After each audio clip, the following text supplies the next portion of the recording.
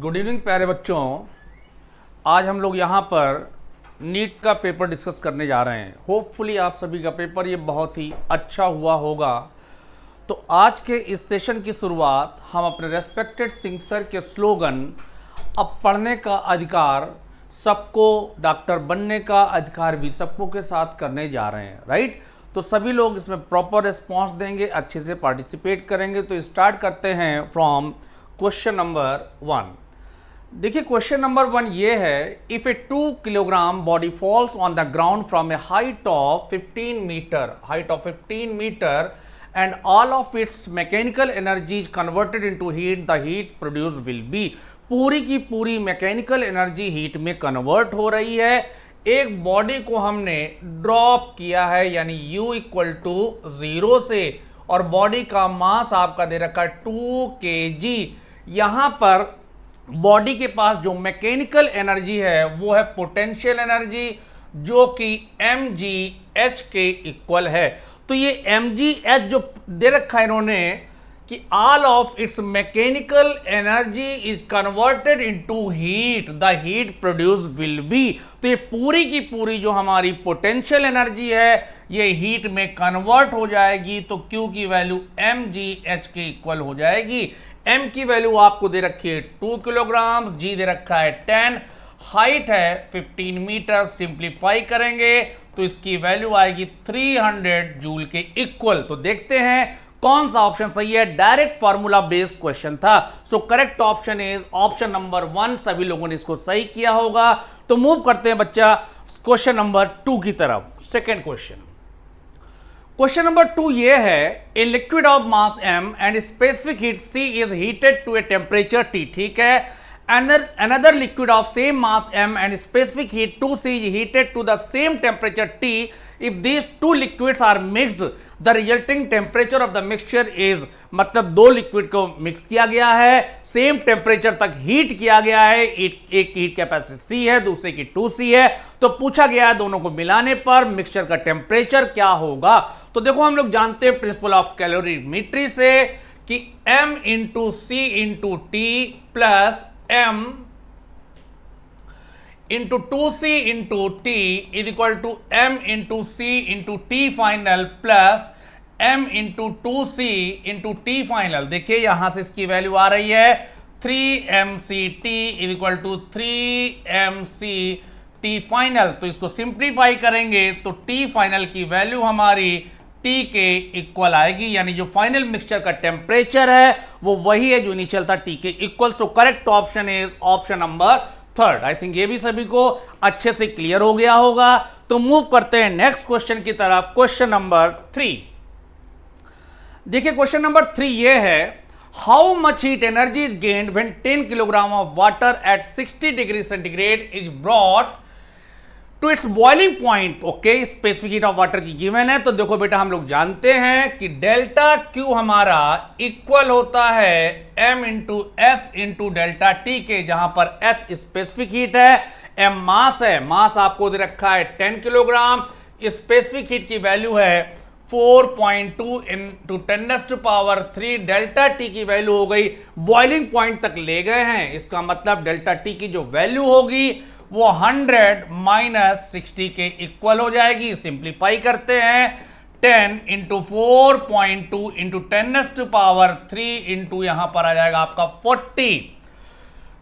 इससे कैंसिल हो जाएगा, मल्टीप्लाई करते हैं 4 2 जा 8, 0 4 4 जा 16 इंटू 10⁻³, यानी इसकी जो वैल्यू आ रही है 1680 किलो जूल के इक्वल है। देखते हैं कौन सा ऑप्शन सही है। तो देखिए बिल्कुल स्ट्रेट फॉरवर्ड बेटा फॉर्मूला बेस्ड क्वेश्चन था। इसका जो करेक्ट ऑप्शन है वो है ऑप्शन नंबर 1। ये बात भी सभी को क्लियर हो गई होगी। मूव करते हैं नेक्स्ट क्वेश्चन की तरफ। Question number 4।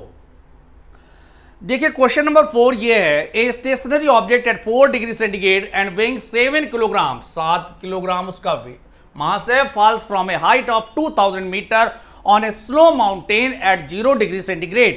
If the temperature of the object just before hitting the snow is, बर्फ पे टकराने से ठीक पहले इसका टेम्परेचर 0 डिग्री सेंटीग्रेड है, and the object comes to rest, यानी उसकी एनर्जी हो जाती है 0 immediately G equal to 10 metre per second square and latent heat of ice दे रखी है आपको 3.5 × 5 joule per kilogram. Then the mass of the ice that will melt is, क्या मास आइस का मेल्ट होगा। अगेन यहां पर जैसे ब्लॉक को यहां से ड्रॉप किया गया है, फॉल्स। हाइट दे रखी है आपको 2000 मीटर, मास दे रखा है ब्लॉक का 7.0 किलोग्राम, इनिशियल वेलोसिटी दे रखी है 0।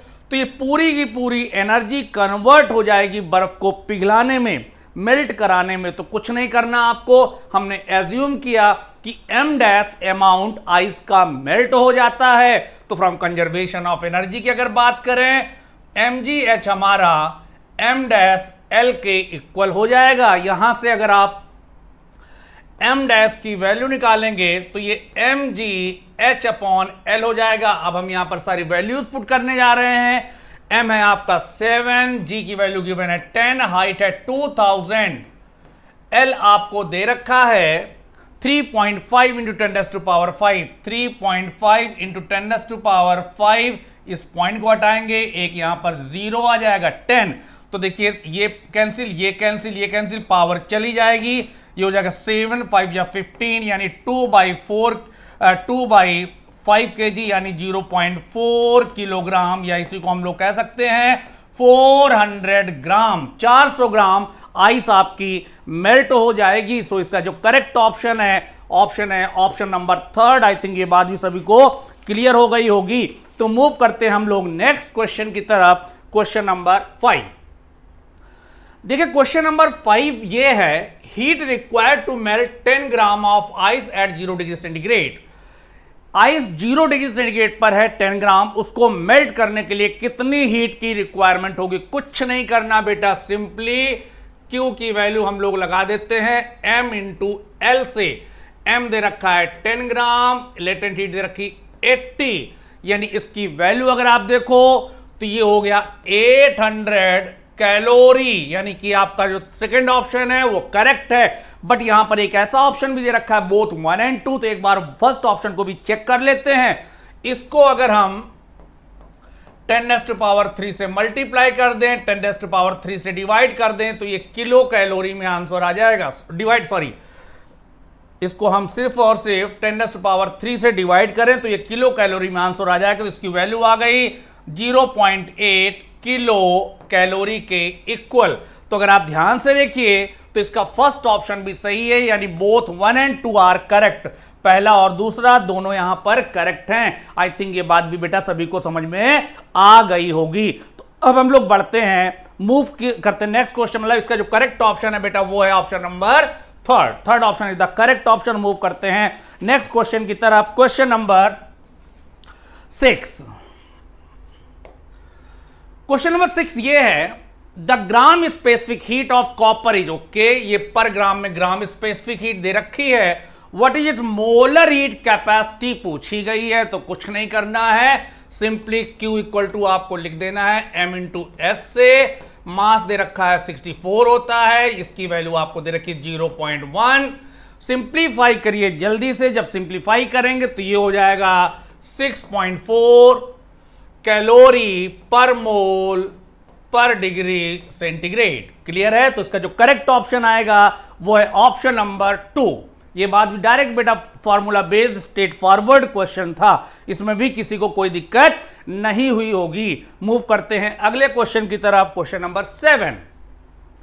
When a substance changes from solid state to liquid state phenomena is called. देखो यहां पर फेज चेंज हो रहा है, टेम्परेचर चेंज नहीं हो रहा, स्टेट चेंज हो रही है। तो जब भी किसी मैटर की स्टेट चेंज होती है तो वहां पर जो हीट इन्वॉल्व होती है उसको हम लोग हिडन हीट कहते हैं। क्या कहते हैं? हिडन हीट कहते हैं या लेटेंट हीट कहते हैं, बिकॉज टेम्परेचर चेंज नहीं होता है, एक पर्टिकुलर टेम्परेचर पर बॉन्ड ब्रेक होने लगते हैं। तो ये वाला जो प्रोसेस है, ये प्रोसेस हमारा फ्यूजन कहलाता है। और यहां पे जो हीट इन्वॉल्व होती है वो लेटेंट हीट ऑफ फ्यूजन हो सकती है या लेटेंट हीट ऑफ वेपराइजेशन हो सकती है। जैसी सिचुएशन होगा उसके अकॉर्डिंग होगा। तो correct option is option number 1।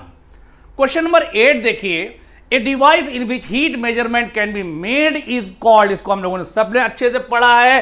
कि जिस डिवाइस में हम हीट मेजरमेंट करते हैं उसको हम लोग कहते हैं कैलोरी मीटर। जनरली ये कॉपर का होता है, और अगर कॉपर इसकी अगर हीट कैपेसिटी दे रखी है यानी इसका वाटर इक्विवेलेंट दिया होगा तभी उसको कंसीडर करते हैं, अदरवाइज कंसीडर नहीं करते हैं। So correct option is calorimeter. ये भी सभी ने सही किया होगा बिकॉज थ्योरी में आपको पढ़ाया गया है। स्ट्रेट फॉरवर्ड क्वेश्चन है। Question number 9, specific heat of any substance during change of state will be. देखो भैया डेल्टा क्यू आपका इक्वल होता है एम एस डेल्टा टी के। अगर एस की बात करो तो delta Q upon M delta T के इक्वल आ जाएगा।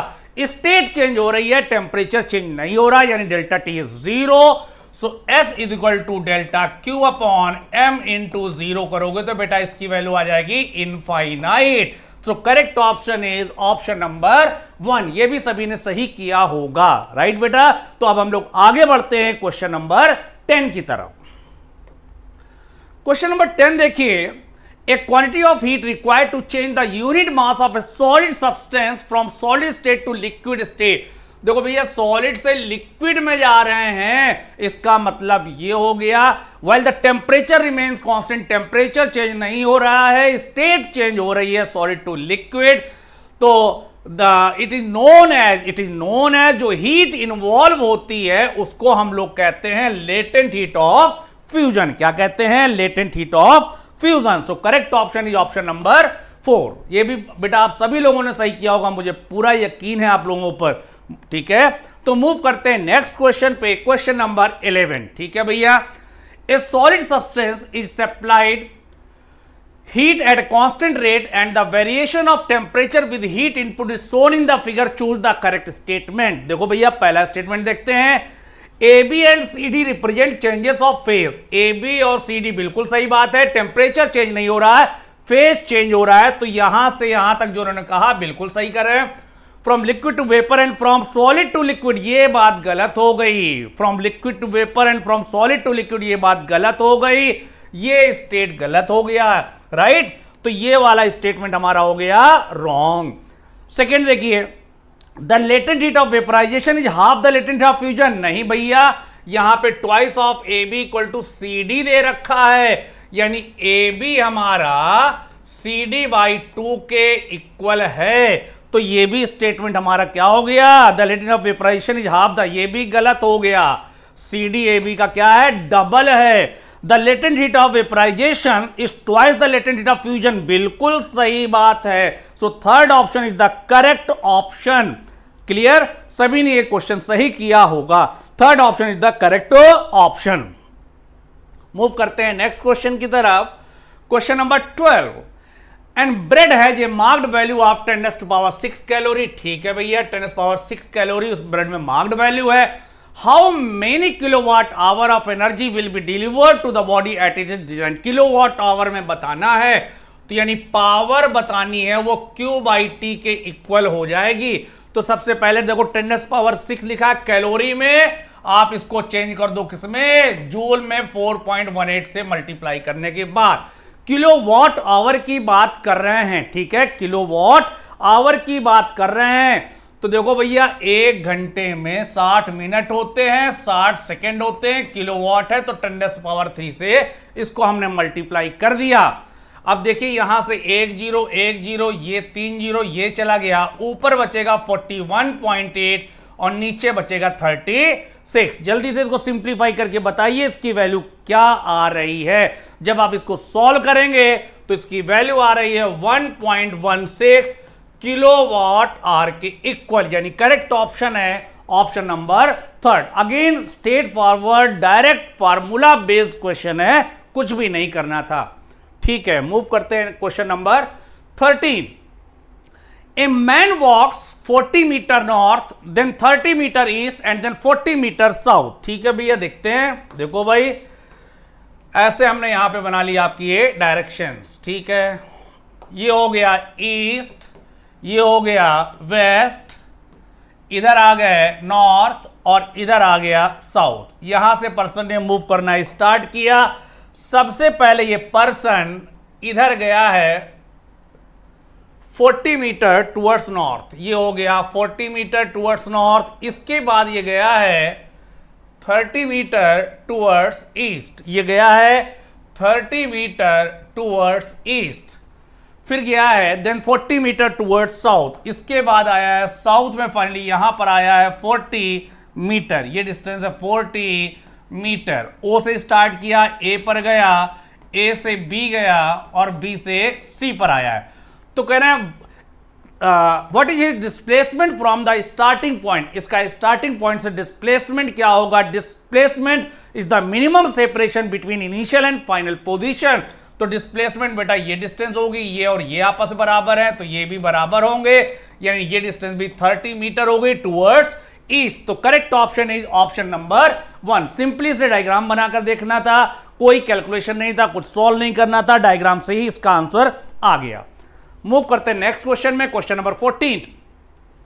Given theta is the angle between A vector and B vector, then mod of A cross B equal to. देखो भैया ये जब कैप लगा होता है, कैप का मतलब होता है कि वेक्टर हमारे क्या हैं, यूनिट वेक्टर हैं। तो अगर मैं A cap cross B cap की बात करूं तो ये mod of A cap mod of B cap sine theta सम ईटा कैप होगा, where eta cap is the vector perpendicular to the plane containing A cap and B cap.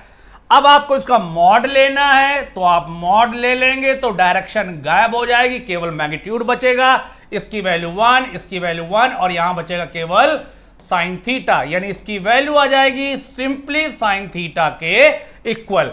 तो इसका जो करेक्ट ऑप्शन है 14 का, वो 14 का करेक्ट ऑप्शन हो गया आपका फर्स्ट। क्लियर है? आई थिंक ये बात सभी को क्लियर होगी। जहां कहीं भी कैप लगा हो, कैप का मतलब होता है यूनिट वेक्टर, यूनिट वेक्टर जिसका मैग्नीट्यूड क्या होता है 1। Question number 15, given that 0.4 i cap plus 0.8 j cap plus b k cap is a unit vector, the value of b is. देखो यूनिट वेक्टर क्या होता है, वो वेक्टर जिसका मैग्नीट्यूड 1 होता है। तो अगर हम इसका मैग्नीट्यूड निकाल दें तो मैग्नीट्यूड क्या होता है, अंडर रूट के अंदर 0.4 का स्क्वायर प्लस 0.8 का स्क्वायर प्लस b का स्क्वायर इज इक्वल टू 1। दोनों साइड का स्क्वायर कर दीजिए तो हो जाएगा 0.16 plus 0.64 plus b square is equal to 1। 0.80 plus b square is equal to 1। यहां से सिंप्लीफाई करेंगे तो b स्क्वायर की वैल्यू 0.2 आ जाएगी, यानी यहां से b की वैल्यू स्क्वायर रूट ऑफ 0.2 के इक्वल आ जाएगी। Straight forward direct formula based question कई बार या अक्सर ही क्वेश्चन में पूछा जाता है, एग्जाम में पूछा जाता है। सिर्फ वैल्यूज बदलेंगी, नथिंग एल्स। हो सकता है यहां पे वैल्यूज बदल दे, देन आपसे बी या सी वॉट एवर लैम्डा जो भी दिया उसकी वैल्यू पूछ ले। सो correct option is option number 2। 15 का जो करेक्ट ऑप्शन है वो है ऑप्शन नंबर 2। मूव करते हैं नेक्स्ट क्वेश्चन में, क्वेश्चन नंबर 16।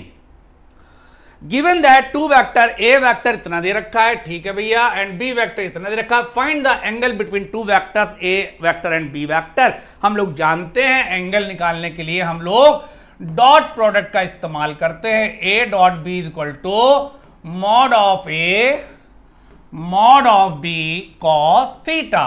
तो यानी यहां से बेटा कॉस थीटा की जो वैल्यू है A vector dot B vector upon mod of A vector mod of B vector हो जाएगा, यानी कि I cap plus J cap minus K cap dot I cap minus J cap plus K cap. Mod ले लेते हैं तो इसका mod square root of 3, इसका भी मॉड स्क्वायर रूट ऑफ 3। जरा मल्टीप्लाई करते हैं, I dot I is 1 minus 1 upon 3, यानी ये आ गई वैल्यू माइनस का 1/3।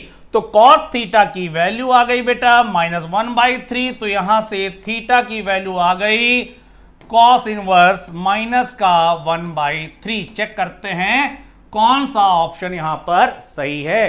तो यहां पर अगर हम देखें सो करेक्ट ऑप्शन है option number 2। Second option is the correct option. बिल्कुल सिंपल डॉट प्रोडक्ट की डेफिनेशन का इस्तेमाल किया गया है, कुछ भी नहीं था। बिल्कुल ऐसा ही जैसे आपने देखा होगा नीट 2024 का भी जो पेपर था बहुत ही simple straightforward formula based था, कोई भी लेंदी पेपर नहीं था, बहुत ही ज्यादा कैलकुलेशन नहीं था। फॉर्मूले आपको याद रखने हैं, पूरा का पूरा पेपर एनसीईआरटी बेस्ड होता है, सारे के सारे क्वेश्चंस ये भी आपके एनसीईआरटी बेस्ड है, राइट। ओके,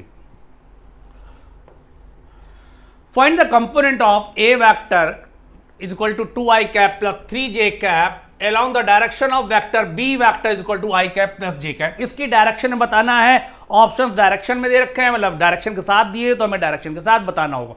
सपोज ये बेटा a वेक्टर है और ये b वेक्टर है, इस a का b के along जो कंपोनेंट आएगा वो होगा mod of a cos theta, अगर ये एंगल थीटा है। अब देखो हम लोगों ने पढ़ा हुआ है कि जो हमारा a डॉट b है वो इक्वल होता है mod of b cos theta के। अगर हम यहां से mod of a cos theta की वैल्यू निकालें तो वो a vector dot b vector upon mod of b vector के इक्वल होगा। जरा a डॉट b कर देते हैं, 2i cap plus 3j cap dot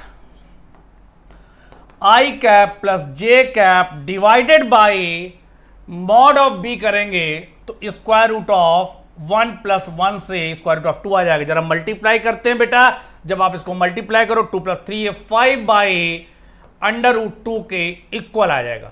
अब बी वेक्टर की डायरेक्शन में अगर मैं यूनिट वेक्टर को बी कैप मानूं तो बी कैप हमारा B vector upon mod of B vector हो जाएगा, यानी ये I cap plus J cap upon under root 2 हो जाएगा।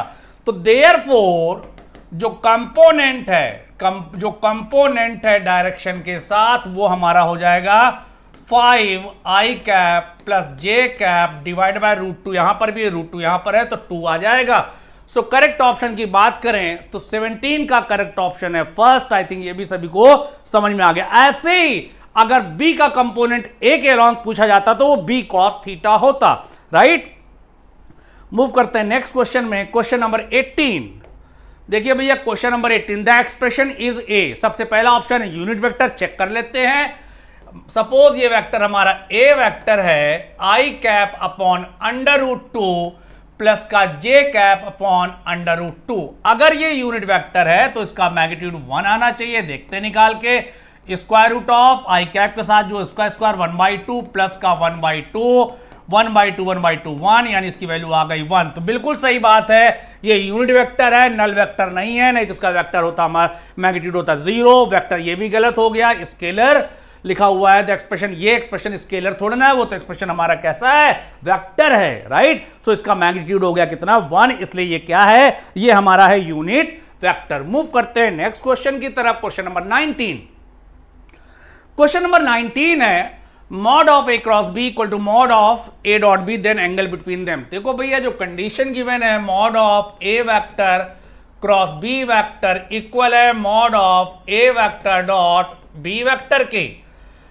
ए क्रॉस बी का मॉड हम जानते हैं कि ये हमारा ए बी साइन थीटा होता है और ये ए बी कॉस थीटा होता है। यहां से अगर आप देखें tan थीटा की वैल्यू 1 आ गई, यानी कि tan थीटा की वैल्यू बच्चों tan 45 आ गई।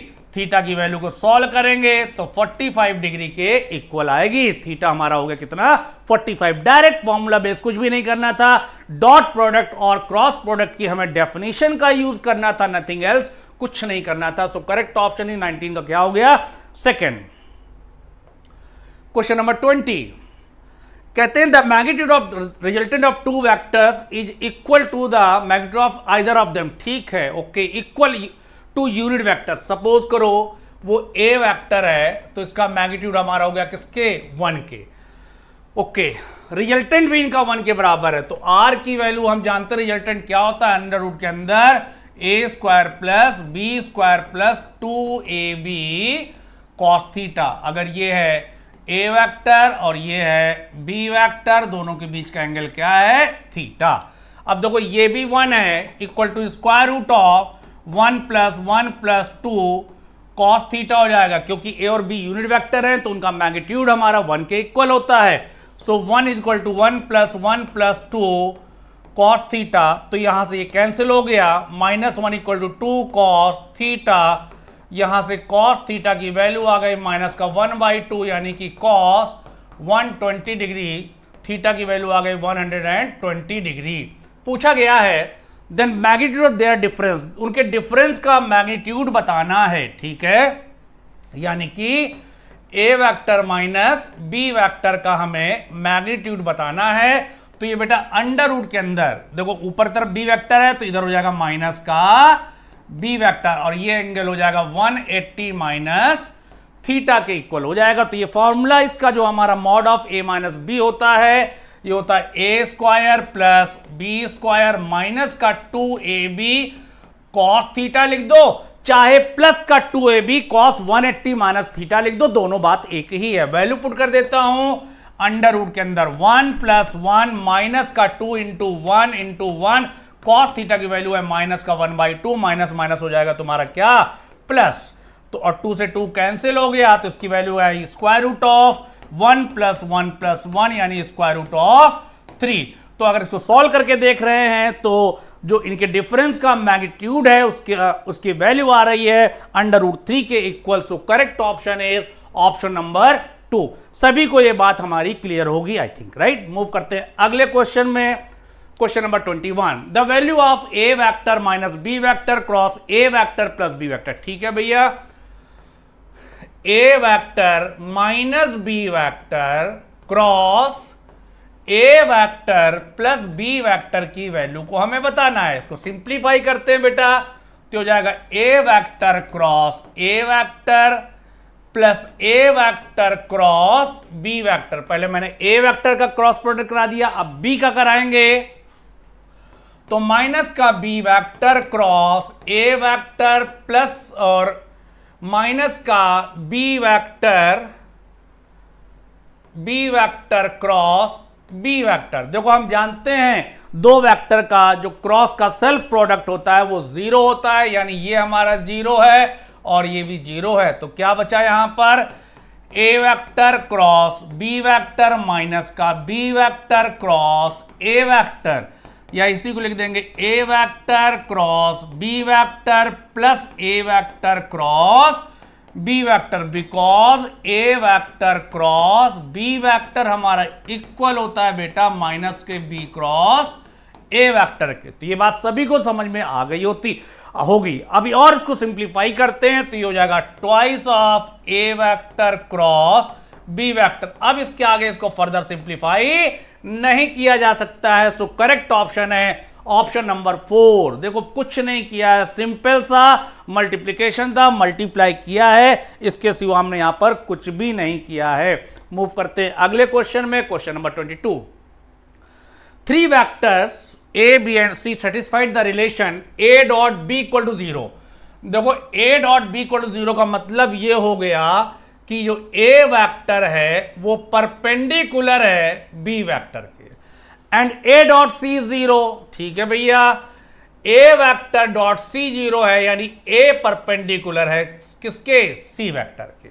Then direction of vector A is parallel to the direction of A vector, इनमें से किस ऑप्शन के किस डायरेक्शन के पैरेलल होगा।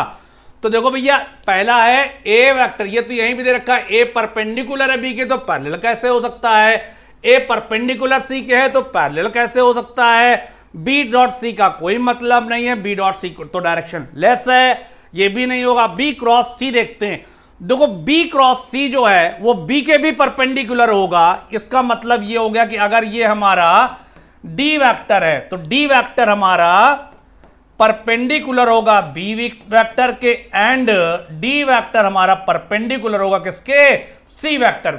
तो यानी कि डी वेक्टर हमारा पैरेलल हो जाएगा किसके, ए वेक्टर के। तो correct option is 4th option, D vector B के भी परपेंडिकुलर है, डी वेक्टर सी के भी परपेंडिकुलर है, और ए वेक्टर भी बी के परपेंडिकुलर है, ए वेक्टर भी सी के परपेंडिकुलर है। इसका मतलब कि ए वेक्टर हमारा पैरेलल हो जाएगा डी वेक्टर के, या ए वेक्टर हमारा पैरेलल हो जाएगा बी वेक्टर क्रॉस सी वेक्टर के। So correct option is option number 4। Move करते हैं नेक्स्ट क्वेश्चन की तरफ। नेक्स्ट क्वेश्चन ये है, if A vector is equal to 3i cap plus 4j cap and B vector is equal to 7i cap plus 24j cap, the vector having the same magnitude as B vector, okay, and parallel to A vector. सबसे पहले हम लोग B vector का magnitude calculate कर लेते हैं, कितना होगा। देखो भैया, बी वेक्टर गिवन है 7i cap plus 24j cap, तो अगर हम इसका मैग्नीट्यूड निकालेंगे तो अंडर रूट के अंदर 7 का स्क्वायर प्लस 24 का स्क्वायर, अंडर रूट के अंदर 7 का स्क्वायर होता है 49, 25 का 4 76, 6 9 15, यानी यहां पर आ गया 6 9 15 5, 7 1 8 4 2, 5 और 1 6 25, यानी इसकी वैल्यू आ गई 25। बी का मैग्नीट्यूड 25 है, ठीक है भैया। तो एक एक ऑप्शन लेकर चलते हैं। सबसे पहले हम देखें, पहले ऑप्शन की बात कर रहे हैं, ए ऑप्शन की। ए ऑप्शन में सपोज ये वेक्टर हमारा कोई भी वेक्टर है, सपोज ये हमारा कोई आर वेक्टर है, आर वेक्टर है 15i cap plus 20j cap. तो एक काम करते हैं, इसका मैग्नीट्यूड निकालते हैं, तो ये हो जाएगा अंडर रूट के अंदर 15 का स्क्वायर प्लस 20 का स्क्वायर, अंडर रूट के अंदर 225 प्लस 400, अंडर रूट के अंदर 625, यानी कि 25। बिल्कुल सही है, आर वेक्टर का मैग्नीट्यूड बी वेक्टर के बराबर हो गया। अब देखते हैं पैरेलल है कि नहीं। देखिए भैया, आर वेक्टर, इसमें अगर हम 5 कॉमन ले लें तो ये 3i cap plus 4j cap हो गया, यानी R vector is equal to 5 times A vector के हो गया, क्योंकि ये हमारा क्या था, ए वेक्टर। इसका मतलब ये हुआ कि first option is the correct option.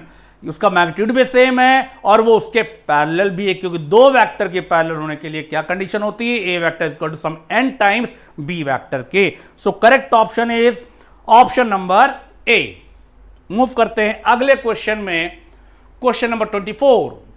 कह रहे हैं, if A vector is equal to mod of A equal to mod of B and A is perpendicular to B, then angle between vector A plus B and A minus B. ठीक है, again definition use कर लेते हैं, cos theta A vector plus B vector dot A vector minus B vector upon mod of A vector plus B vector mod of A vector minus B vector के equal होगा। Simplify करते हैं, A dot A minus A dot B plus B dot A minus B dot B upon mod of A plus B mod of A minus B. ठीक है, कुछ नहीं किया है, सिर्फ बेटा हम यहां पर अभी वैल्यूज को पुट कर रहे, नथिंग एल्स। अब देखो भैया, ये हो जाएगा ए स्क्वायर माइनस ये जीरो हो जाएगा, ये भी जीरो होगा because A is perpendicular to B, minus का B square upon mod of A plus B mod of A minus B. ये इक्वल हो गया बेटा जीरो के, because mod of A equal दे रखा है मॉड ऑफ बी के, और दे रखा है कि ए हमारा परपेंडिकुलर है किसके, बी के। ये कंडीशंस यहां पर गिवन है, तो इसका मतलब ये हुआ कि कॉस थीटा की वैल्यू अगर जीरो आ गई तो कॉस थीटा हम जानते हैं कॉस पाई बाई 2 की वैल्यू जीरो होगी, तो थीटा की वैल्यू 90 डिग्री या पाई बाई 2 आ गई। देखते कौन सा ऑप्शन सही है। तो देखने पे यहां पे क्लियर है कि ऑप्शन नंबर 4 हमारा बिल्कुल सही है, राइट। सभी बच्चों ने सही किया होगा, बस ये देखना था यहां पर कि जो वैल्यूज गिवन है मॉड ऑफ ए बराबर mod B and A vector is perpendicular to B vector, इनका हमको यहां पर इस्तेमाल करना था। मूव करते हैं नेक्स्ट क्वेश्चन का, question number 25। Out of the following the resultant of two which pair can not be 12। देखो हम जानते हैं अगर एक वेक्टर ए वेक्टर है दूसरा वेक्टर बी वेक्टर है, तो इनका जो रिजल्टेंट का मैग्नीट्यूड है वो हमारा ए माइनस बी या ए डिफरेंस बी और ए प्लस बी के बीच में लाई करता है, जहां ए और बी मैग्नीट्यूड्स हैं। देखो भैया, पहले ऑप्शन की बात करें तो ए जो डिफरेंस बी है वो आ रहा है 4 न्यूटन और जो ए प्लस बी है वो आ रहा है 8 न्यूटन। यानी इसका रिजल्टेंट 12 न्यूटन नहीं हो सकता है, तो एक तो ऑप्शन ये मिल गया। सेकेंड ऑप्शन में देखें 8 + 4 12 होता है, यानी यहां तो मिल रहा है। 14 + 2 16 एंड 14 - 2 12 होता है, यानी ये ऑप्शन भी हमारा हो सकता है, ये भी हो सकता है, ये करेक्ट ऑप्शन है। पूछा गया था कैन नॉट बी, यहां देखें 16 - 4 = 12, यानी कि केवल 2 न्यूटन और 6 न्यूटन का रिजल्टेंट हमारा 12 न्यूटन नहीं हो सकता है, क्योंकि इसकी जो मैक्सिमम वैल्यू आ रही रिजल्टेंट की वो हमारी 8 न्यूटन के इक्वल है। सो हमसे पूछा था कैन नॉट बी, तो कैन नॉट बी में इसका फर्स्ट ऑप्शन सही होगा। तो आई थिंक बच्चा आप सभी ने बहुत अच्छे से इस पेपर को किया होगा, राइट। आप सभी के बहुत सारे या आई थिंक 100% क्वेश्चन सही हुए होंगे। अब इसके नेक्स्ट 25 क्वेश्चन को डिस्कस करने के लिए हमारे साथ आ रहे हैं हमारे सीपी सर, ठीक है बेटा। तो आप उनके साथ क्लास में बने रहिए और उनके साथ पेपर को डिस्कस करिए। थैंक यू वेरी मच बच्चों। तो चलो बच्चों शुरू करते हैं। Question number 26 that is vector A plus vector B is equal to vector C दे रखा है गाइज। और अगर हम बात करें बेटा then C is perpendicular to vector A, तो देखो बच्चों ध्यान से अगर डायग्राम देखें that is vector A plus vector B and C is perpendicular to vector A, कोई दिक्कत नहीं, ये वेक्टर ए बना दिया बच्चों। अगर हम बात करें वेक्टर सी, तो सी क्या है, रिजल्टेंट वेक्टर है, तो C is perpendicular to vector है, this is vector C and this is बच्चों वेक्टर बी। ऑब्वियसली अगर हमें ऐसा ही डायग्राम बनाना पड़ेगा, तो यहाँ से देखें that is vector A plus vector B is equal to बेटा वेक्टर सी। तो देखो बच्चों, तो अगर हम बात करें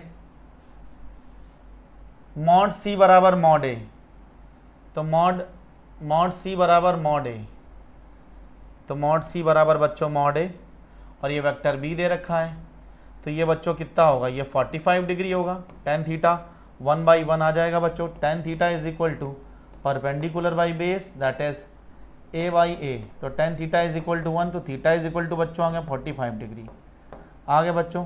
तो 45, अब यहाँ पर देखो बच्चों ST फॉर्मेशन हो रहा है, तो एग्जैक्टली ये एंगल जो होगा that is 180 - 45 is equal to बेटा 135। अब बच्चों आंसर जितने ऑप्शन दे रखे हैं वो सारे के सारे ऑप्शन जो हैं वो रेडियन में दे रखे हैं। तो देखो बच्चों ध्यान से, अगर हम बात करें तो π/180 से मल्टीप्लाई कर देते हैं, ठीक है। तो हमारे पास जो आंसर आ जाएगा दैट इज 3π/4, क्या आ जाएगा बच्चों 3π/4। सो फोर्थ ऑप्शन है guys. Next question, question number 26। तो ये बच्चों बहुत ही बढ़िया सवाल है। Question number 27। क्वेश्चन नंबर 27 में बच्चों आपको वेक्टर डायग्राम में रिजल्टेंट आइडेंटिफाई करना आना चाहिए कि रिजल्टेंट कैसा होता है। तो देखो एक सिंपल सा फॉर्म क्वेश्चन से देखो बच्चों, जैसे मान लिया वेक्टर ए हमारा ये है और ये हमारा वेक्टर बी है बच्चों, और यहाँ से ये मैंने बनाया गाइस ये वेक्टर सी हो गया। देखो बच्चों क्या ये बात क्लियर है, ये रिजल्टेंट है। तो यहाँ पे अपन लिख सकते हैं बच्चों that is vector A plus vector B is equal to बेटा वेक्टर सी। अब देखो कैसे आइडेंटिफाई करेंगे रिजल्टेंट क्या है, तो रिजल्टेंट कैसे आइडेंटिफाई करेंगे, देखो बच्चों यहाँ पर ST फॉर्मेशन हो रहा है, ठीक है, और यहाँ पर देखो बेटा TT मिला हुआ है और HH मिला हुआ है। तो एक ऐसा वेक्टर डायग्राम में जिसका किसी दूसरे वेक्टर के साथ हेड और किसी दूसरे वेक्टर के साथ टेल और किसी दूसरे वेक्टर के साथ हेड मिला हुआ है, उसे बच्चों रिजल्टेंट बोलेंगे। चलो आओ देख लेते हैं क्वेश्चन में क्या होगा। तो अगर हम बात करें बच्चों, तो यहाँ से अगर हम बात करें ये लिखेंगे दैट इज वेक्टर, ये रिजल्टेंट वेक्टर है बच्चों। यहाँ पर देखो ये हमारा ये जो है ये रिजल्टेंट वेक्टर है, तो ये गलत है बच्चों। अगर देखें बच्चों ध्यान से, तो यहाँ पर अगर हम बात करेंगे तो ये रिजल्टेंट वेक्टर है, ठीक है, ये ऐसे जा रहा वेक्टर और ये ऐसे जा रहा, तो ये भी नहीं हो सकता बच्चों। यहाँ पर देखो बच्चों ध्यान से, अगर हम बात करें तो a प्लस बी, तो a प्लस दिस बराबर r, ये रिजल्टेंट वेक्टर है। अब बच्चों फोर्थ ऑप्शन बन जाता है, देखो बच्चों ध्यान से, तो यहाँ से अगर हम बात करें ये हमारा वेक्टर a हो गया बच्चों, और ये हमारा ये हमारा वेक्टर a हो गया बच्चों, और ये हमारा वेक्टर b हो गया, और ये रिजल्टेंट है। तो देख लो बच्चों फोर्थ ऑप्शन करेक्ट है, ठीक है। Question number 28, the scalar is not change if is rotate bye arbitrary angle, ठीक है बच्चों। It multiply by arbitrary scalar तो इसकी मैग्नीट्यूड चेंज होगा, it cross multiplied by unit vector तो ये परपेंडिकुलर वेक्टर में कन्वर्ट हो जाएगा, ठीक है। तो अगर हम बात करें इट्स शिफ्टेड पैरेलल, तो बच्चों हमने नोट्स में भी आपको लाइन लिखाई होगी, if parallel shifting of vector without changing its magnitude and direction does not effect the vector, ठीक है। तो वेक्टर में उसकी वैल्यू अगर पैरेलल शिफ्टिंग करते हैं तो चेंज नहीं होती है। तो बच्चों क्या होगा, फोर्थ ऑप्शन, तो ये हुआ फोर्थ ऑप्शन, ठीक है। तो अगर हम बात करें guys, A is the directed vertically downward, ठीक है। वर्टिकली डाउनवर्ड की अगर हम बात करें बच्चों तो के कैप, ठीक है, ये मतलब है, इसका ध्यान देना। And B is directed towards north, ठीक है, तो बी क्रॉस ए, ठीक है बच्चों। तो पूछा क्या है बच्चों, that is a is directed north, तो पूछा है बी क्रॉस ए, तो बी वेक्टर पे पाम रखो, ए को देखो बच्चों, तो बी वेक्टर पे पाम रखा और ए को देखेंगे, तो बी वेक्टर पे पाम रखेंगे, ए को देखेंगे, ए इनटू द प्लेन है, तो आंसर आएगा क्या, वेस्ट, तो सेकंड ऑप्शन सही होगा बच्चों, ठीक है। 29 का बच्चों फोर्थ ऑप्शन देख लो गाइस, 29 का 29 का सेकंड ऑप्शन, ठीक है। अगर हम बात करें बच्चों, the vector addition is commutative, ठीक है, मतलब a प्लस बी बराबर a minus B, the vector में B added graphically by using ST मतलब हेट्टेल को जोड़ करके अपन वेक्टर को लिख सकते हैं, ऐड कर सकते हैं, बिल्कुल सही बात है। तो statement 1 assertion and reason both are correct है ना। तो अगर हम बात करेंगे but reason is not correct explanation of assertion, क्या बात क्लियर है, यहाँ पर एक्सप्लेनेशन है बच्चों, तो दोनों मेथड अलग अलग है, दोनों कॉन्सेप्ट ही अलग है। तो बच्चों जोड़ते कैसे हैं, अगर हम बात करें vector addition is commutative because two vectors, अगर बिकॉज से ये क्वेश्चन ये रीजन एक्सप्लेन हो रहा होता तो सही था बच्चों। ये दोनों स्टेटमेंट इंडिविजुअली करेक्ट हैं, तो सेकंड ऑप्शन होगा बेटा 30 का सेकंड, ठीक है, 30 का सेकंड बच्चों। तो अगर हम बात करें क्वेश्चन नंबर 31, अब देखो बच्चों ध्यान से, क्वेश्चन नंबर 31 तो बहुत ही प्यारा सवाल है बच्चों, क्वेश्चन नंबर 31, ठीक है। तो बोल रखा 10 gram of water eight 30 degree Celsius mix with, तो 10 ग्राम वाटर है बच्चों हमारे पास में, 10 ग्राम वाटर है, ठीक है, 10 ग्राम वाटर जिसका टेम्परेचर दे रखा है 30 डिग्री सेल्सियस, एक mix with 40 gram, 400 gram of water, 400 gram of ice, तो आइस है बच्चों हमारी दैट इज 0 डिग्री सेल्सियस पे। तो देखो बच्चों the temperature of amount of my, तो बच्चों आप पूछ रहा कितने अमाउंट ऑफ आइस मेल्ट होगी, तो यहाँ तो देखो बच्चों यहाँ से अगर तुम हीट कैपेसिटी निकालोगे आइस की ml, पूरी पिघलने में बहुत ज़्यादा हीट मतलब हीट चाहिए होगी, तो ये तो पूरा ठंडा हो जाएगा जो पानी होगा, तो फाइनल जो मिक्सचर है बच्चों वो 0 डिग्री सेल्सियस पे आ जाएगा, ठीक है। तो यहाँ पे अगर हम बात करें तो वाटर ये पानी है, ठीक है, ये वाटर है बच्चों और ये है आइस बर्फ़ है, ठीक, मिलाते हैं तो ये हीट क्या करेगा बेटा, ये हीट रिलीज़ करेगा और ये हीट क्या करेगा, ये हीट रिलीज़ करेगा, ये गेन करेगा, देखो तो Q is equal to heat, और प्रिंसिपल ऑफ कैलोरीमेट्री बच्चों यही होता है, हीट लॉस बराबर हीट गेन, तो ये क्या हो जाएगा Q बराबर M कितना बेटा, स्पेसिफिक हीट कितनी बेटा, और डेल्टा T बराबर कितना 30, इसको 0 डिग्री का पानी बना देते हैं बच्चों, और M मास नहीं पता बच्चों, लेटेंट हीट दे रखी है 80, ठीक है। तो ये ख़त्म बच्चों, तो यह है 30, तो ये ख़त्म बच्चों, तो यह है तुम्हारा दैट इज M बराबर बेटा 30/8, तो 30/8 बराबर कितना है 15/4, तो 15 दैट इज 3.75 ग्राम, तो बच्चों 3.75 ग्राम। ये बहुत अच्छा सवाल है, सीधे पूछ लिया तो ज़्यादा बढ़िया, नहीं तो बच्चों आपको निकालना पड़ता है कि किसकी हीट ज़्यादा है, हीट लॉस ज़्यादा है कि हीट गेन ज़्यादा है, ठीक है। तो बढ़िया सवाल बनते हैं इसमें बहुत सारे। क्वेश्चन नंबर 32, तो 32 देखो बच्चों एक बहुत अच्छा क्वेश्चन है, तो 32 की अगर हम बात करें बच्चों, ठीक है, specific heat of the body is greater than thermal capacity, तो बच्चों स्पेसिफिक होता Q बराबर MS डेल्टा T, तो specific heat is Q by M delta T, और बच्चों amount of heat required to raise, unit mass के 1 degree temperature को rise करने के लिए जितनी हीट चाहिए होती है that is called specific heat, ठीक बच्चों। और यहाँ पर अगर हम बात करें तो ये गलत जवाब है, ये असर्शन फॉल्स है बच्चों, thermal capacity amount of heat required to raising a temperature of unit mass by body 1 degree Celsius. तो थर्मल कैपेसिटी की अगर हम बात करें तो thermal capacity of heat is required, ठीक है, असर्शन, तो thermal capacity of body amount of heat required to raise a temperature of unit mass by unit degree. तो ये तो बच्चों स्पेसिफिक हीट दे रखा है, दोनों उल्टे ही उल्टे करके दे रखे हुए हैं, तो ये भी बच्चों फॉल्स है। तो दोनों फॉल्स में देखो बच्चों, इसमें तो पहला दोनों करेक्ट होंगे तब एक्सप्लेनेशन होगा, तो ये दोनों करेक्ट होंगे तो ये बच्चों। अब इसमें अगर हम बात करें असर्शन ट्रू है तो थर्ड ऑप्शन होता है, ये भी नहीं है, दोनों ही फॉल्स हैं बच्चों, तो फोर्थ ऑप्शन होगा। देख लेना बच्चों ध्यान से, बहुत बढ़िया है। देखो Q बराबर होता है, हीट कैपेसिटी होती है Q बराबर MS, ठीक है बच्चों, हीट कैपेसिटी होता है Q is equal to MS। तो बच्चों आगे बढ़ते हैं, question number 33, the triple point of water. तो ये बच्चों आपको याद करके रखना है, दैट इज 273.16 केल्विन। तो 33 का बच्चों सेकेंड ऑप्शन। अब बच्चों देखो बहुत ही प्यारा सवाल है बच्चों 34 नंबर। तो 34 number, the amount of heat required to raise the temperature of body 1 kelvin या 1 डिग्री सेल्सियस इज कॉल्ड बच्चों स्पेसिफिक हीट की डेफिनेशन पे सवाल दे रखा है।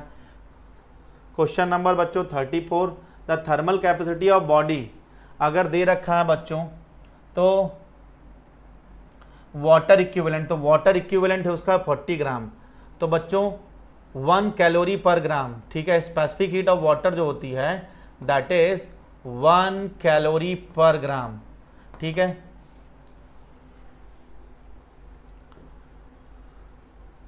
अच्छा भैया, तो दे रखा है कि ये वाटर फॉल फ्रॉम, देखो बच्चों बहुत अच्छा सवाल है।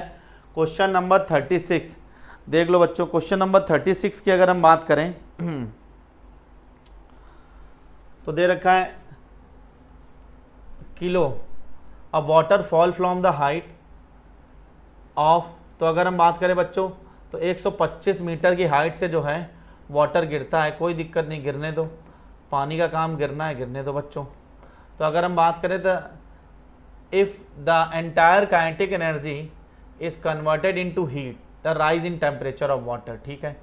तो राइज इन टेम्परेचर, सारी की सारी जो भी एनर्जी रिलीज हुई है वो mgh के बराबर हुई है, ठीक है। तो अगर हम बात करें बच्चों तो m कितना बच्चों पता नहीं, s स्पेसिफिक हीट वाटर की बेटा 1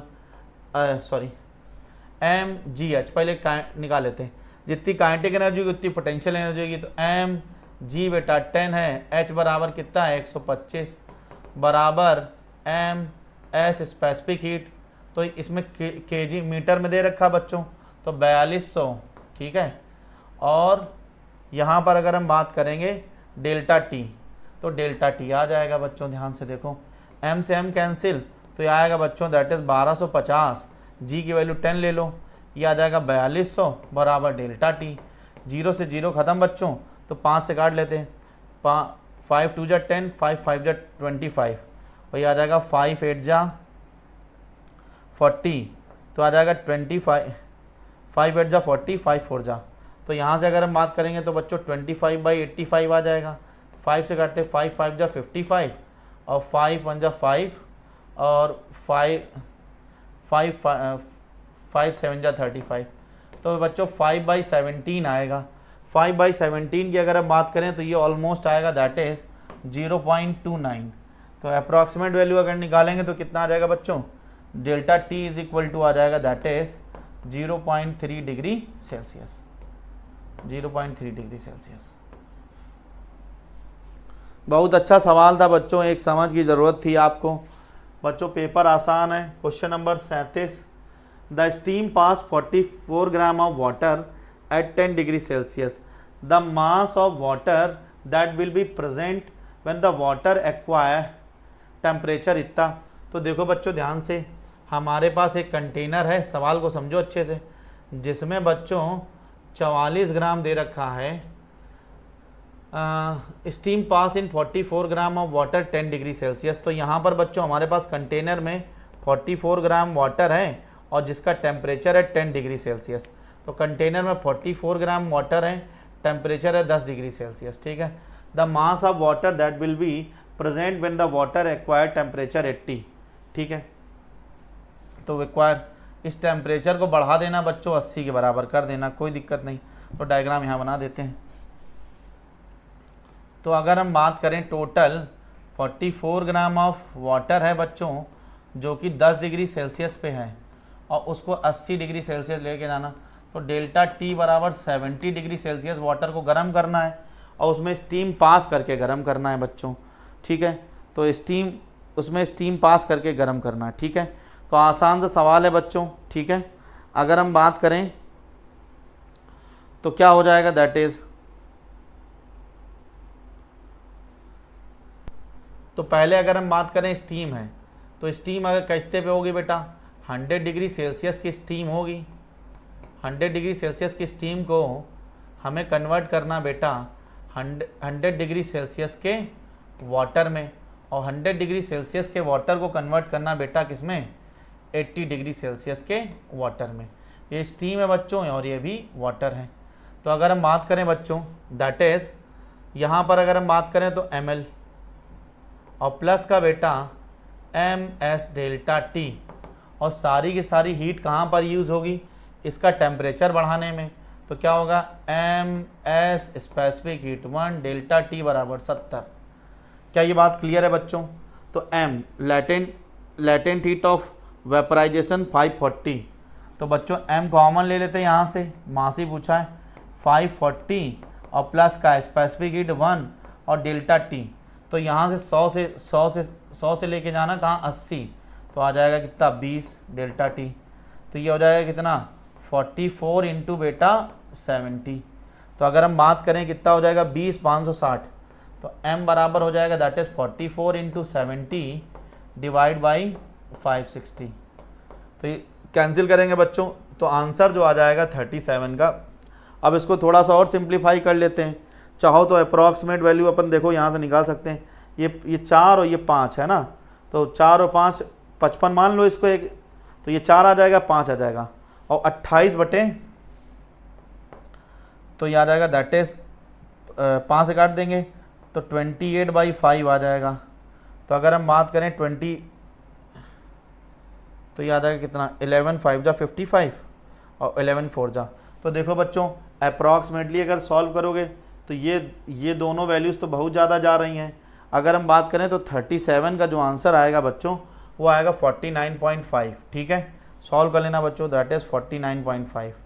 सिंपल सी कैलकुलेशन है, चाहो तो अब तुम कैलसी भी यूज़ कर सकते हो, पेपर में नहीं, पेपर में तुम्हें अप्रॉक्सीमेट आंसर निकालना।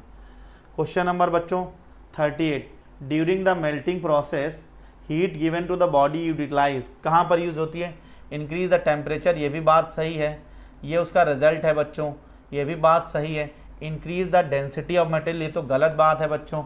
इंक्रीजिंग द एवरेज डिस्टेंस, तो सारा खेल इसकी वजह से होता है बच्चों। जब अपन हीट करते हैं किसी लैटिस को, तो हीट करने पर क्या होता है बच्चों, उसकी जो इंटरमॉलिक्यूलर डिस्टेंस है, वो क्या करती है बच्चों, वो इंक्रीज़ करती है। इंटरमॉलिक्यूलर डिस्टेंस इंक्रीज़ करती है, और किसकी वजह से, जो हीट देते हैं बच्चों वो उसकी वजह से इंटरमॉलिक्यूलर फोर्सेस वीक होते हैं, इंटरमॉलिक्यूलर डिस्टेंस बढ़ती है, और सरफेस के मॉलिक्यूल जो हैं वो वाइब्रेट करना स्टार्ट कर देते हैं, ठीक है। तो बच्चों which of the following is true, a plus B बराबर b माइनस ए, सही है बिल्कुल। a डॉट बी बराबर b डॉट ए, बिल्कुल सही बात है। a क्रॉस b बराबर माइनस बी क्रॉस है, बिल्कुल सही बात है। और ये बच्चों गलत है, क्योंकि a cross a minus B, vector a minus vector b बराबर नहीं होता है, ठीक है। Minus B, vector b minus vector a, चाहो तो एग्जाम्पल करके देख भी सकते हो बच्चों, ठीक है। लेकिन याद रखना a प्लस बी बराबर b प्लस ए, लेकिन a माइनस बराबर b माइनस ए नहीं होता है, ठीक है। क्वेश्चन नंबर बच्चों 40, the liquid A and B are 20 and 40 degree से, ये मिलाए जाते हैं और फाइनल टेम्परेचर ऑफ मिक्सचर हो जाता है कितना, 30। तो देखो मैंने एक बक्सा लिया बच्चों, और उस बक्से का फाइनल टेम्परेचर है 30 डिग्री सेल्सियस, कोई दिक्कत नहीं है, कोई दिक्कत वाली बात नहीं है। तो 30 डिग्री सेल्सियस इस बक्से का टेम्परेचर है। तो देखो बच्चों अब इसमें हमने मिक्स किया, क्या मिक्स किया, ए, तो ए हमने मिक्स किया जिसका इक्वल मास है, ठीक है, दे मिक्स्ड विद इक्वल मासेस, तो मास बराबर स्पेसिफिक हीट 1 है बच्चों, S1 मान लिया, और डेल्टा टी तो 20 डिग्री सेल्सियस पे था बच्चों ये लिक्विड। और दूसरे लिक्विड की अगर हम बात करें गाइस, तो दूसरे लिक्विड की अगर हम बात करें तो दूसरे लिक्विड में क्या है, दूसरे लिक्विड में जो बी लिक्विड है, तो बी की अगर हम बात करें बच्चों, उसका भी मास m है, स्पेसिफिक हीट S2 है, और इसका टेम्परेचर कितना दे रखा 40। कोई दिक्कत नहीं, हीट लॉस बराबर heat gain, principal of calorimetry. तो बेटा MS1 डेल्टा टी, तो 30 - 20 बराबर कितना 10, बराबर बच्चों अगर हम बात करेंगे MS2 डेल्टा टी, तो 40 - 30 बराबर 10, 10 से 10 खत्म बच्चों है, हाँ सही है। Q इज इक्वल टू आ जाएगा MS1 डेल्टा टी आ जाएगा 10, MS2 डेल्टा टी 10 आ जाएगा। देखो बच्चों, सवाल करते समय कभी भी आंसर के बारे में मत सोचो, ऑप्शन देखो नहीं, करो पहले, ठीक है। ऑप्शन देखोगे तो तुम्हारा दिमाग कन्फ्यूज हो सकता है। M से M कैंसिल, 1 से 1, तो क्या आ जाएगा S1 बराबर S2, S1 बाई S2 बराबर 1:1, तो 1:1 आ जाएगा आंसर, फोर्थ ऑप्शन बच्चों। अच्छा सवाल था बच्चों, कुछ भी अच्छा। अब बच्चों इसमें आपको मैच द कॉलम खेलना है, तो मैच द कॉलम खेल लो भैया। मैच द कॉलम की अगर हम बात करें गाइस, बहुत बढ़िया सवाल है बच्चों। तो 41, अच्छा वेक्टर शिफ्टेड, तो वेक्टर शिफ्टेड, अगर वेक्टर को शिफ्ट करते हैं, अच्छा if vector rotated about the tail end vector stretch, तो अपन धीरे धीरे मिलाते हैं। वेक्टर स्ट्रेच करेंगे तो क्या करेगा, तो magnitude of vector increase parallel itself, तो ये यहाँ से बच्चों आ गया हमारा, दैट इज C का P, तुम्हें पता है मेरा ही नाम है। तो बच्चों यहाँ से अगर हम बात करें तो ये हो सकता, ये हो सकता, ये हो सकता, कोई दिक्कत नहीं, सब मैच कराते हैं, तो C का ऑप्शन आ गया। The vector is rotated about it axis, vector remain same, direction change, अगर रोटेट करेंगे तो बच्चों डायरेक्शन आ जाएगा, डायरेक्शन चेंज होगा, तो B का बच्चों आ जाएगा R, C का P, और वेक्टर शिफ्टेड, अगर पैरेलल शिफ्ट करेंगे तो वेक्टर का रिमेन सेम रहेगा, तो बच्चों A का Q आ जाएगा। तो मैच करा लो बच्चों, दैट इज A का Q, ठीक है, B का R और C का P, तो सेकंड ऑप्शन बच्चों, ठीक है। बहुत बढ़िया पेपर था बच्चों, नीट 3 है ये, और बहुत ही अच्छा सवाल था, सारे सवाल ही बढ़िया थे इसमें पेपर में, ठीक है। तो 41 नंबर सवाल हो गया बच्चों, ये सेकंड ऑप्शन आ गया। अब चलते हैं बच्चों 42 नंबर सवाल की तरफ, ठीक है। अगर हम बात करें बाबा 42 नंबर सवाल, एक अच्छा सवाल है गाइस, थोड़ी सी कैलकुलेशन भी है इसमें 42 में, ठीक है, कोई दिक्कत नहीं, सब हो जाएगा। तो बच्चों दे रखा है कि 1200 gram ice at -10 degree Celsius है, it just melt with how much mass of steam at 100 degree Celsius, ठीक है। How much mass of steam, कितना मास चाहिए, तो जस्ट मेल्ट करना बच्चों, तो ये तुम्हारी 1200 ग्राम बच्चों क्या है, आइस है, कोई दिक्कत नहीं, बनी रहने दो। तो 1200 ग्राम आइस है और -10 डिग्री सेल्सियस पे है बच्चों, तो पहले इसको लेके आते हैं गाइस, 1200 ग्राम आईसी में रखेंगे, लेके आएंगे 0 डिग्री सेल्सियस पे। अब इसके बाद बच्चों हाउ मच स्टीम पास करी जाए, कि इसको अपन बना देंगे पानी, इसको बना देते हैं वाटर, 1200 ग्राम वाटर कन्वर्ट करना है 0 डिग्री सेल्सियस, जस्ट मेल्ट है, तो इसमें हीट कितनी चाहिए होगी पहले देख लेते, फिर स्टीम पास करा देते इसमें से, ठीक है, कोई दिक्कत नहीं, बहुत बढ़िया बात है। तो बच्चों जब स्टीम पास कराएंगे तो स्टीम इसमें कंडेंस होगी, तो देखो भैया सबसे पहले अगर हम बात करें स्पेसिफिक हीट ऑफ आइस, तो स्पेसिफिक हीट ऑफ आइस बराबर दे रखा है 0.5, ठीक, ये सब याद करना पड़ेगा आपको। तो अगर हम बात करें तो Q, ये हीट क्या करेगा, ये हीट गेन करेगा, और जो स्टीम उसमें पास कराएंगे वो हीट लॉस करेगी।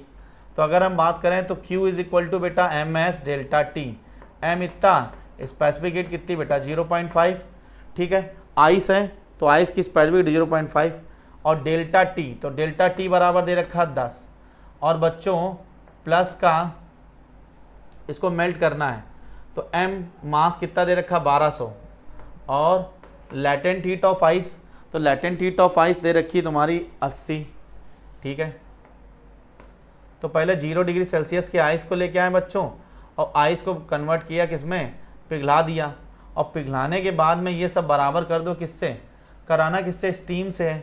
तो स्टीम भी क्या होगी, मेल्ट होगी। तो ये हो जाएगा दैट इज ml और प्लस का ms डेल्टा टी, ठीक है। स्टीम कन्वर्ट होगी किसमें बच्चों, वाटर में। तो ये कितना हो जाएगा बच्चों, m कॉमन ले लेते हैं, ये हो जाएगा 540, और मास अपन को पता नहीं, स्पेसिफिक हीट 1, और डेल्टा टी बराबर, तो 0 डिग्री सेल्सियस की है तो पूरा 100 रख देते हैं। तो देखो ये हो जाएगा 5, ये हो जाएगा 5 और 12 पंचे 60, तो ये हो जाएगा 12 पंचे 60, तो 60 और 2 0, ठीक है। और ये हो जाएगा कितना, 12 96, और ये हो जाएगा बेटा 3 0, ठीक है। और वहाँ पर कितना हो जाएगा, अगर हम बात करेंगे तो जोड़ देते हैं बच्चों इसमें से 6000 और, तो 6000 जोड़ देते हैं, 6 6 12 और 9 1 10, तो 10,000 ये हुआ तुम्हारा, 6 6 12 9 1 10, तो ये हो गया बराबर किसके होगा बेटा, 540 और इंटू बेटा 640। तो m बराबर कितना आ जाएगा, दैट इज m बराबर अगर डिवाइड करोगे बच्चों तो आ जाएगा दैट इज 10 2000 बटे 640। तो 0 से 0 कैंसिल हो गया बच्चों, और थोड़ा हल्का कर लेते हैं, तो 4, तो 4 1 जा 4, और 4 6 जा 24, 4 2 जा 8, और 4 5 जा 20, तो 4 2 जा 8 और 4 5 जा 20, तो 0 आ जाएगा बच्चों। तो इसको तुम डिवाइड करोगे तो 22 ऑलमोस्ट किसके बराबर आ जाएगा बच्चों, 159, तो 159.9 आएगा। तो ये टोटल कितना आ जाएगा बच्चों, 160 के बराबर, ठीक है। Question number 43, 2 vectors are equal vector, then क्या होगा। तो अगर बच्चों वेक्टर ए बराबर वेक्टर बी दे रखा है तो क्या होगा बच्चों, पहली कंडीशन तो क्या होगा, मॉड ए बराबर मॉड बी, और ये पैरेलल होंगे या इनके बीच में थीटा बराबर 0 डिग्री होगा, ये सारी बातें होंगी, ठीक है। डायरेक्शन रिमेन सेम, पैरेलल होंगे, there magnitude will be equal, बिल्कुल सही बात, अगर इक्वल है तो ये भी सही ये भी सही, तो third option both are correct. Question number 44, अच्छा बच्चों, minimum vector of different plane can be added to give 0 resultant, तो इसका ऑप्शन आंसर होगा बच्चों 4। अगर हम बात करते 2D प्लेनर की, तो प्लेनर की बात करते तो इक्वल बच्चों चाहिए होते तुम्हें कितने, 2, अनइक्वल चाहिए होते कितने बेटा, अनइक्वल चाहिए होते बेटा 3 प्लेनर, है ना, और नॉन प्लेनर 3D में तो कितने बेटा, 4। If there are no heat loss और हीट गेन, ठीक है, x ग्राम ऑफ स्टीम, तो बच्चों स्टेटमेंट पढ़ते हैं, x gram of steam at 100 degree Celsius, तो x ग्राम ऑफ स्टीम दे रखा है, x ग्राम ऑफ स्टीम दे रखा है बच्चों, दैट इज 100 डिग्री सेल्सियस पे, ठीक है, into water at 100 degree Celsius, ठीक है, into water at 100 degree Celsius use to convert, तो water at 100 degree Celsius convert करते हैं बच्चों, तो ये स्टीम है, ठीक है। और अगर हम बात करें तो use to convert y gram of ice, तो y gram of ice, y gram of बच्चों आइस है, और into water at 100 degree Celsius, तो आइस को अगर मेल्ट करेंगे बच्चों तो लगाएंगे क्या, ml, है ना, तो वाटर चाहिए बच्चों, वाटर, और कितना चाहिए, 100 डिग्री सेल्सियस का वाटर चाहिए। तो बच्चों आइस है 0 डिग्री सेल्सियस पे, तो इसको लेके आएंगे पहले बेटा वाटर में, है ना, और वाटर का टेम्परेचर बढ़ाएंगे कहाँ से, 0 डिग्री सेल्सियस से 100 डिग्री सेल्सियस। क्या ये बात क्लियर है, अरे बोले बच्चों। तो अगर हम बात करेंगे तो x ग्राम, तो x इंटू बेटा 540 बराबर y ग्राम, तो इसको पहले मेल्ट करते हैं तो ml लगाएंगे बच्चों, ठीक है। तो y ग्राम, तो m बाहर आ गया और l प्लस का s डेल्टा t। बोलो बच्चों क्या ये बात क्लियर है? तो अगर हम बात करेंगे तो वाटर की स्पेसिफिक हीट 1 है, तो x इंटू 540 बराबर y। लैटेंट हीट कितनी बेटा? तो अगर हम बात करें स्टीम की लैटेंट हीट है that is sorry water ice की लैटेंट हीट कितनी 80 और प्लस का स्पेसिफिक हीट ऑफ वाटर कितना 1 और डेल्टा टी कितना बेटा 100, 180 आ गया। तो आ जाएगा x इंटू 540 बराबर y इंटू 180, तो ये आ जाएगा 0 0 कैंसिल, 18 या 54, 3 आ गया। तो अगर हम बात करेंगे बेटा that is 3x is equal to Y. तो अगर हम बात करेंगे बच्चों तो what is the ratio of y to x दे रखा है, तो 3y टू x बराबर आ जाएगा 3:1। अच्छा सवाल है बच्चों, ये क्वेश्चन तो आप रिवीजन के लिए रख सकते हैं, ठीक है ना। विच of the following is not vector? Mass, vector velocity gradient, v by L, temperature gradient t by L, ठीक है ना। तो कौन सा वेक्टर नहीं है? तो अगर हम बात करें बच्चों तो 46 की मास भी नहीं है, कौन सा वेक्टर नहीं है? तो देख लो बच्चों, तो ये होगा तुम्हारा फर्स्ट ऑप्शन, ठीक है। तो टेम्परेचर ग्रेडियंट, वेलोसिटी ग्रेडियंट, तो 46 नंबर की अगर हम बात करें गाइस तो 46 का बच्चों पहला सवाल, ठीक है।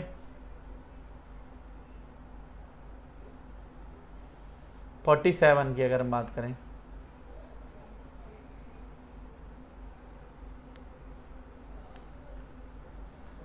आई जे क्या unit vector along X Y Z, then consider the following statement.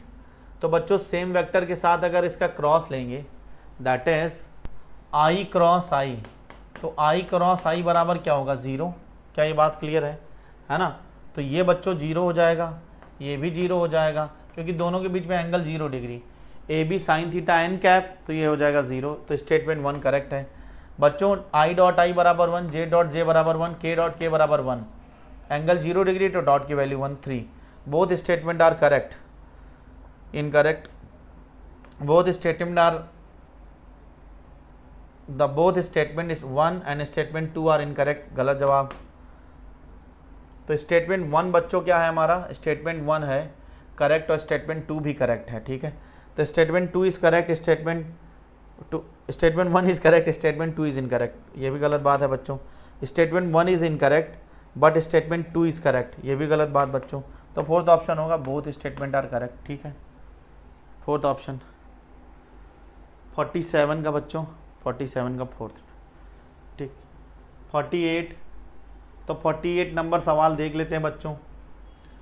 तो पूछा है what is the ratio of dot product magnitude and cross product magnitude. तो बच्चों ए डॉट बी निकाल लेते हैं, ए डॉट बी निकाल लेते हैं, तो ये आ जाएगा 4 3 जा बच्चों -12 है ना, 3 इंटू बेटा -2, ठीक है। और बच्चों प्लस -4 इंटू -2, ठीक है कोई दिक्कत नहीं। और प्लस का बेटा 5 इंटू -3, तो यहाँ से अगर हम बात करेंगे बच्चों -6 और ये आ जाएगा माइनस का 8 और ये आ जाएगा माइनस का 15, तो 15 8 7 15, तो ये आ जाएगा तुम्हारा दैट इज, फिर से निकालते हैं बच्चों डॉट। तो देखो बच्चों दैट इज 4 इंटू 1 होगा, तो देखो बच्चों ये आ जाएगा दैट इज 3 इंटू -2, ठीक है, प्लस बच्चों -4 इंटू 1 बेटा, ठीक है, प्लस बच्चों 5 इंटू -3, अब ठीक है। तो अगर हम बात करें बेटा -6 आ जाएगा, -4 आ जाएगा, -15 आ जाएगा, ये आ जाएगा बच्चों -25, ठीक है। तो बच्चों ए डॉट भी बराबर आ गया -25। क्या ये बात क्लियर है? अब देखो बच्चों ध्यान से, क्रॉस प्रोडक्ट का जो मैग्नीट्यूड आएगा वो पॉजिटिव आएगा 100%, क्योंकि उसको मॉड लेना पड़ेगा और मॉड इज़ ऑलवेज पॉजिटिव। तो बच्चों आंसर तो हम तुमको पहले ही गेस करके बता सकते हैं, या तो फिर ये होगा आंसर ऑप्शन के हिसाब से, नहीं तो फिर ये गलत है। क्यों? ये -25 आया, वो पॉजिटिव आएगा, तो आंसर ये निगेटिव ही आएगा टोटल। तो अभी देख लेते हैं बच्चों, अब क्रॉस प्रोडक्ट की डायरेक्शन निकाल के देख लेते हैं।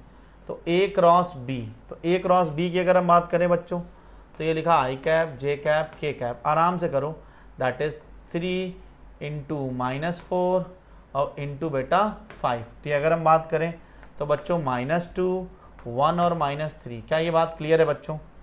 तो अगर हम बात करें बच्चों, तो सबसे पहले क्या करेंगे, इसको छुपा लेंगे गाइज। तो इसको जब छुपा लेंगे, ये छुपा लेंगे बच्चों, तो ठीक है, ये दोनों छुपा लेंगे, फिर इसका डॉट क्रॉस निकालेंगे। तो निकाल लेते हैं बच्चों, तो क्या आएगा, लिखेंगे बच्चों that is I cap into बेटा दैट इज़ 4 3 जा बच्चों तो ये हो जाएगा कितना, 4 3 जा बेटा 12, और 12 माइनस का 5 माइनस का बेटा। तो अब बच्चों क्या करेंगे, इसको छुपा लेंगे, ठीक है। तो लिखेंगे 3 3 जा बेटा माइनस का 9। क्या ये बात क्लियर है?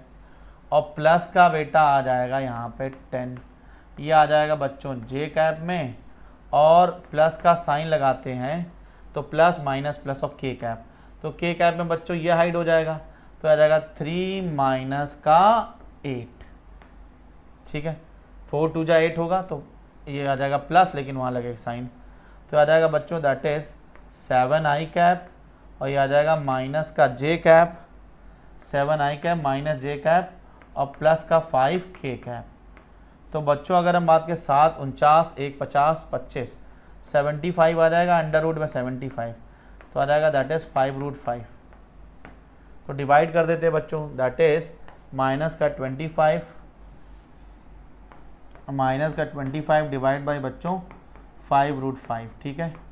तो आ जाएगा माइनस का 5√25 3 आएगा, ये बच्चों 3 आएगा, 25 3 75, तो बच्चों ये आ जाएगा 3, ठीक है।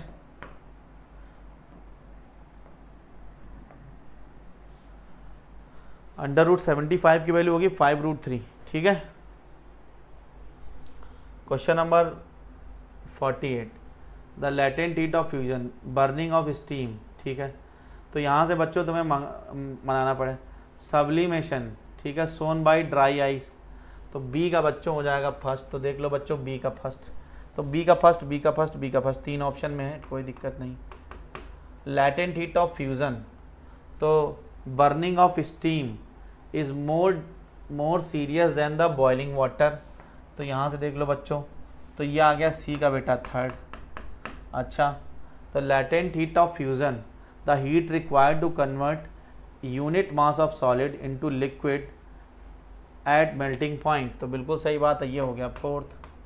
अब एक ही बचा बच्चों, resolution the making skating possible. तो ये हो गया बच्चों तुम्हारा सी, बर्निंग ऑफ स्टीम सेकेंड, ये हो जाएगा सेकेंड बच्चों, और ये हो जाएगा थर्ड। मैच करा लो, ए का फोर्थ, ठीक है, बी का फर्स्ट, सी का सेकेंड और डी का थर्ड। तो फर्स्ट ऑप्शन बच्चों 49, ठीक है, 49 का फर्स्ट ऑप्शन, ठीक है, सही है, बिल्कुल सही है बच्चों।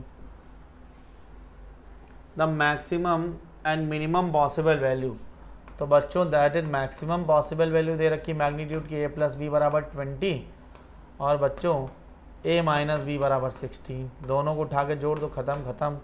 ये हो जाएगा 2a और 2a = 36, तो a बराबर बेटा 18, और a बराबर अगर 18 आ गया तो हमें बताया दैट इज़ a = 18, तो 18 + b = 20, तो b बराबर बेटा 2। तो पूछा गया क्वेश्चन में, पूछा है बच्चों मैग्नीट्यूड ऑफ स्मॉलर वेक्टर, तो मैग्नीट्यूड ऑफ स्मॉलर वेक्टर = 2। तो ये हुए बच्चों 26 से 50 क्वेश्चन, और बहुत ही आसान सवाल थे बच्चों। आप लोगों से उम्मीद करते हैं कि आप लोग बढ़िया नीट में परफॉर्म करेंगे। इसी तरीके से टेस्ट सीरीज़ देते रहिए आगे बढ़ते रहिए, ठीक है, मैं चलता हूँ। Okay, thank you so much, thank you all of you.